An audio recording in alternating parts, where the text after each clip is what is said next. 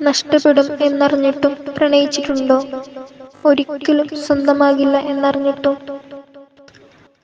മറക്കാനാവാതെ പ്രണയിക്കൂ. നമ്മൾ സ്വന്തമായി കണ്ട് സ്നേഹിക്കൂ. നഷ്ടമാകും എന്നറിഞ്ഞിട്ടും വിട്ടുകൊടുക്കാൻ സാധിക്കാതെ പ്രണയിക്കൂ.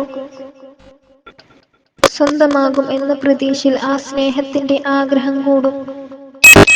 പിന്നെ ആ പ്രതീക്ഷയുടെ ബലത്തിൽ സ്വന്തം തന്നെ എന്ന് വിശ്വസിക്കും. പരസ്പരം മനസ്സിലാക്കി ആത്മാർത്ഥമായി പ്രണയിക്കൂ.